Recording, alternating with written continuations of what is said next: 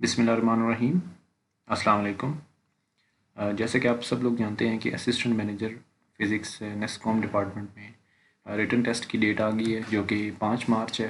तो हमने जो है वो लास्ट वीडियो में डिस्कस किया था कि हम पूरे सिलेबस को जो है वो क्विकली गो थ्रू करेंगे। ठीक है, हमारे पास 10 डेज़ हैं तो हम इसमें देखेंगे मैक्सिमम चीज़ें जो हैं वो हम उसकी तैयारी के लिए कवर कर सकें। ठीक है, तो अभी ये पहला लेक्चर है, इसमें मैं मॉडर्न फिज़िक्स से स्टार्ट कर रहा हूँ। ठीक है, और मॉडर्न फिज़िक्स में सबसे पहले हमारे पास रिलेटिविटी का चैप्टर है। ठीक है, इसमें से कोई ख़ास चीज़ें जो हैं वो नहीं पूछी जाती हैं टेस्ट के अंदर। ये चैप्टर जो है इसमें से कुछ बेसिक फार्मूलाज़ हैं, वो मैं हाईलाइट कर दूँगा, वो आप लोग देख लें उनको, उनकी एप्लीकेशन देख लें कि उनको किस तरह से आपने अप्लाई करना है। तो यहाँ पे आप देख सकते हैं कि हमारे पास जो है वो ये हमारे पास आइंस्टाइन के दो प्रिंसिपल हैं जो कि उसने पोज किए थे, जिसमें वो एक प्रिंसिपल ये है कि laws of physics must be same in all inertial frames. ठीक है, और दूसरा जो है वो स्पीड ऑफ लाइट जो है वो कांस्टेंट होती है। आप किसी भी इनर्शियल फ्रेम में देखेंगे तो उसकी जो स्पीड है वो आपके पास इतनी आएगी। ठीक है, ये दो जो है ना वो उसके हैं पास्टुलेट्स हैं स्पेशल थ्योरी ऑफ रिलेटिविटी के। ये जस्ट आप इनको याद रख लें, आपको पता होना चाहिए। रिलेटिविटी में जो बेसिक चीज़ें याद रखने वाली हैं वो टाइम डायलेशन है और लेंथ कॉन्ट्रैक्शन है। ठीक है, इनका हमें पता होना चाहिए कि ये बेसिकली क्या चीज़ें हैं और किस तरह से हमने इनको अप्लाई करना है। ठीक है, तो टाइम डायलेशन इस तरह से है कि ये देखिएगा, यहाँ पे हमारे पास डेल्टा टी जो है उसका फार्मूला यहाँ पे दिया हुआ है और वो इक्वल्स है गामा डेल्टा पी।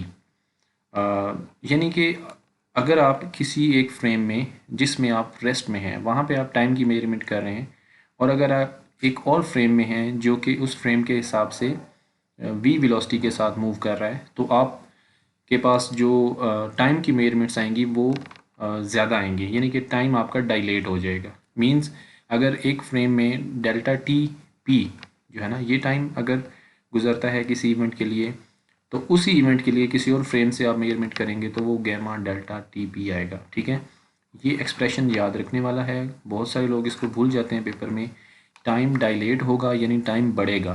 ठीक है, तो बढ़ने के लिए आपने साथ में गैमा का फैक्टर जो है उसके साथ आपने इसको मल्टीप्लाई करवाना है। ठीक है, ये आप इस चीज़ को जहन में रख लें। ये गैमा का फैक्टर, और ये आप देख लें हमेशा जो है वो ग्रेटर देन यूनिटी है, ये आपने बात लाजमी याद रखनी है। गैमा फैक्टर जो है वो हमेशा ग्रेटर देन यूनिटी होगा, और यहाँ पे उसकी इसी इक्वेशन की उसने डेफिनेशन भी लिख दी है। ठीक है, आप यहाँ पे देख सकते हैं, the time interval measured by an observer moving with respect to a clock is longer than the time interval measured by an observer at rest with respect to the clock. ठीक है, तो ये आपने एक्सप्रेशन जो है इसको बहुत अच्छे से याद रखना है। उसके बाद हमारे पास नेक्स्ट जो कंसेप्ट है वो है लेंथ कॉन्ट्रैक्शन। यानी अगर आप मेजरमेंट करते हैं इस तरह से कि जिस चीज़ की आप मेजरमेंट कर रहे हैं, जिस फ्रेम के अंदर आप मेजरमेंट कर रहे हैं, आप उस फ्रेम के रिस्पेक्ट से मोशन में हैं, तो आप जो लेंथ मेजर करेंगे वो कॉन्ट्रैक्टेड होगी। ठीक है, आप ये देखें, length is equal to length over gamma. अब गैमा जो है वो हमेशा ग्रेटर देन 1 होगा, तो आपके पास लेंथ जो है जो आप मेजरमेंट करेंगे वो आपके पास कम आएगी। ठीक है, ये फार्मूलाज देखने में बहुत सिंपल है लेकिन अप्लाई करने में हम इनमें बहुत कंफ्यूज हो जाते हैं। आपने हमेशा ये ज़हन में रखना है कि टाइम जो है वो डायलेट होना है। यानी अगर आप जो है वो किसी ऐसे फ्रेम में से मेजरमेंट कर रहे हैं जिस फ्रेम के अंदर वो इवेंट नहीं हो रहा, तो उस इवेंट के लिए उस फ्रेम में टाइम जो है वो बढ़ जाएगा। इसी तरह से लेंथ जो है वो उस फ्रेम के लिए कॉन्ट्रैक्ट हो जाएगी। ये बात आप लोगों ने जहन में रखनी है। उसके बाद यहाँ पे हमारे पास बहुत इंपॉर्टेंट एक फार्मूला है जो कि अक्सर जिसका क्वेश्चन जो है वो पेपर में आ जाता है, लेकिन हम उस फार्मूला को अप्लाई करना भूल जाते हैं। तो वो इस तरह से है कि फ्रीक्वेंसी शिफ्ट जो है वो इस तरह से आएगी, F observe is equal to 1 plus V over C. और ये फार्मूला आप देख सकते हैं यहाँ पे, एफ सोर्स यानी जो है अगर आप किसी फ्रेम के अंदर रहते हुए आप फ्रीक्वेंसी की मेजरमेंट करेंगे, और आप किसी और फ्रेम में होते हुए जो कि उस फ्रेम से वी वेलोसिटी के साथ उस फ्रेम से वी वेलोसिटी की रिस्पेक्ट से मूव कर रहा है, तो उसमें इस तरह से आपके पास शिफ्ट आएगा, और वो आप इस तरह से बताएंगे, इसको हम डॉपलर शिफ्ट कहते हैं। आपके पास जो है वो डॉपलर इफ़ेक्ट की जो सबसे जो एग्जांपल है रिलेटिविस्टिक डॉपलर इफेक्ट की, वो है measurements of shift in frequency of light emitted by a moving astronomical object such as galaxy. ठीक है,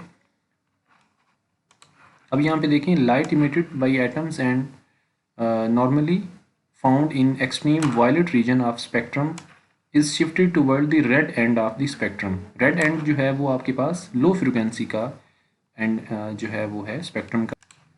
तो इसका मतलब ये हुआ कि हमारे पास जो गैलेक्सीज़ हैं वो रिसीड कर रही हैं हमसे, यानी कि गैलेक्सीज़ आर मूविंग अपार्ट, यानी कि वो हमसे दूर जा रही हैं। तो उसी एक्सप्रेशन को यूज़ करते हुए, वेलोसिटी को यूज़ करते हुए हम बता सकते हैं कि उनकी फ्रिक्वेंसीज़ जो हैं वो लोअर साइड पे शिफ्ट हो रही हैं। ठीक है, ये बहुत इंपॉर्टेंट चीज़ है, इसको आप लोगों ने लाजमी माइंड में रखना है।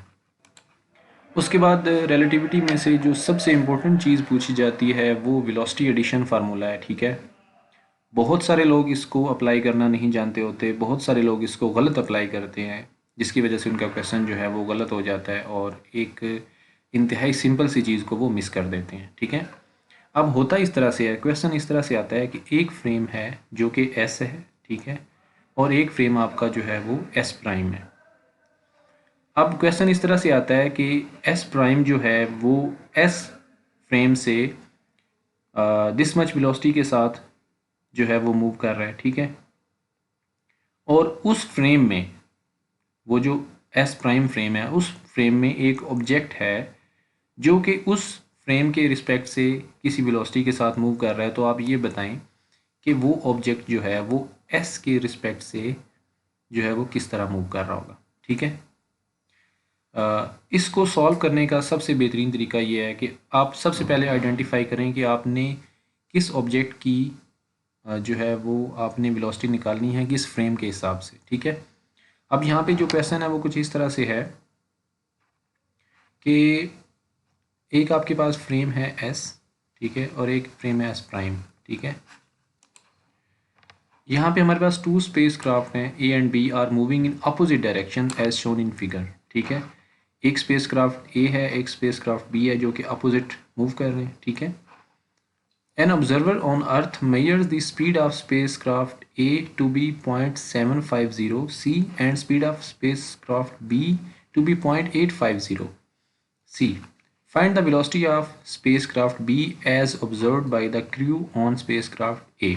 यानी कि S की रिस्पेक्ट से A की जो स्पीड है वो 0.75 c है और S की रिस्पेक्ट से जो B की स्पीड है वो -0.85 है। तो हमने बी की वेलोसिटी निकालनी है ए की रिस्पेक्ट से। ठीक है, तो जिसकी रिस्पेक्ट से आपने वेलोसिटी निकालनी है जिस फ्रेम में, सबसे पहले आप उस फ्रेम में रेस्ट पे आ जाएंगे। ठीक है, उसके बाद आप उस फ्रेम में से, उस फ्रेम की रिस्पेक्ट से दूसरे फ्रेम की वेलोसिटी निकालेंगे जो आपको पता है। ठीक है, और देन उस फ्रेम की रिस्पेक्ट से उस ऑब्जेक्ट की वेलोसिटी निकालेंगे। ठीक है, मैं आपको जो है वो पेंट के ऊपर ये चीज़ जो है वो करके देता हूँ, आपको वहाँ पे क्लियर समझ आ जाएगी। यहाँ पे अगेन मैं ड्रा करता हूँ। ठीक है, हमारे पास एक ये फ्रेम है, एक ये फ्रेम है। ठीक है, ये एस है, ये एस प्राइम है। ठीक है, इसके अंदर कोई ऑब्जेक्ट मूव कर रहा है। ठीक है, किसी वेलोसिटी के साथ। ठीक है, आपको मालूम है कि ये, यानी आपको गिवन ये है कि इस ऑब्जेक्ट की इस फ्रेम के रिस्पेक्ट से कुछ वेलोसिटी है। ठीक है, और इस फ्रेम की रिस्पेक्ट से कुछ वेलोसिटी जो है वो आपको गिवन है, और आपने ये करना है, आपको क्वेश्चन ये है कि आपने इस ऑब्जेक्ट की इस फ्रेम की रिस्पेक्ट से वेलोसिटी निकालनी है। तो आपने करना क्या है, सबसे पहले आपने इस फ्रेम में रेस्ट में आ जाना है। यहाँ पे आप रेस्ट में आ जाएंगे। ठीक है, उसके बाद आप इस फ्रेम की रिस्पेक्ट से इस फ्रेम की वेलोसिटी लिखेंगे। लेट्स सपोज ये वेलोसिटी v के साथ मूव कर रहा है और ये ऑब्जेक्ट जो है ये वेलोसिटी u के साथ मूव कर रहा है। तो आप सबसे पहले इसकी रिस्पेक्ट से इसकी वेलोसिटी लिखेंगे, उसके बाद इस फ्रेम की रिस्पेक्ट से उस ऑब्जेक्ट की वेलोसिटी लिखेंगे, v प्लस u हो जाएगा, और नीचे आप इन दोनों को जो है वो मल्टीप्लाई करवा के सी स्क्वायर से डिवाइड करवा देंगे। ठीक है, कन्वेंशन आपने इस तरह से याद रखनी है कि इस फ्रेम के रिस्पेक्ट से जो राइट को मूव कर रहा होगा, यानी जो राइट चीज़ें जा रही होंगी वो पॉजिटिव होंगी और जो लेफ़्ट पे आ रही होंगी वो नेगेटिव होंगी। अब यहाँ पे देखें इस फ्रेम के रिस्पेक्ट से ये जो है वेलोसिटी v के साथ इधर मूव कर रहा है, तो हमने इसके साथ प्लस लगाया। इसी तरह ये ऑब्जेक्ट जो है ये इस फ्रेम के रिस्पेक्ट से u के साथ मूव कर रहा है, तो इसके साथ भी हमने प्लस लगाया। आई होप आपको ये कंसेप्ट समझ आ गया होगा। अगर आपको क्लियर नहीं हुआ, आप कमेंट सेक्शन में इस क्वेश्चन को दोबारा रिपीट कर सकते हैं, मैं वहाँ पे भी अगेन आपको इसके बारे में बता दूंगा। उसके बाद हमारे पास कुछ एक्सप्रेशन हैं जिनको हमें देखना है। रिलेटिविस्टिक टोटल एनर्जी जो है वो E is equal to gamma mc² होती है, ठीक है, ये आपको बहुत अच्छे से पता होनी चाहिए। उसके बाद ये आपके पास रिलेटिविस्टिक जो है वो उसकी इक्वेशन है आपके पास, अगर आपने रिलेटिविस्टिक पार्टिकल्स की टोटल एनर्जी और मोमेंटम को रिलेट करना हो।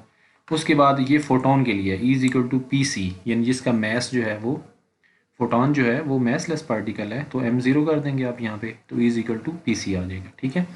ये चीज़ें जो हैं आपने बहुत अच्छे से याद रखनी है।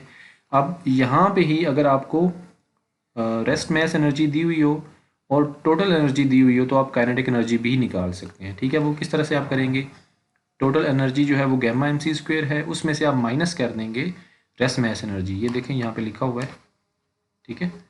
तो आप यहाँ से काइनेटिक एनर्जी भी निकाल सकते हैं। तो ये 2-3 एक्सप्रेशंस हैं, ये आपको बहुत अच्छे से याद होने चाहिए। तो चलें जी, यहाँ पे ये चैप्टर एंड हो रहा है हमारा। आई होप आप लोगों को समझ आई होगी और आप लोग अपनी राय का जो है वो इज़हार लाजमी करें, और इस जो है वो लेक्चर सीरीज़ को मज़ीद बेहतर बनाने के लिए अपनी जो है वो सजेशंस भी जो है वो कमेंट सेक्शन में आप दे सकते हैं, ठीक है जी। खुदा हाफिज़।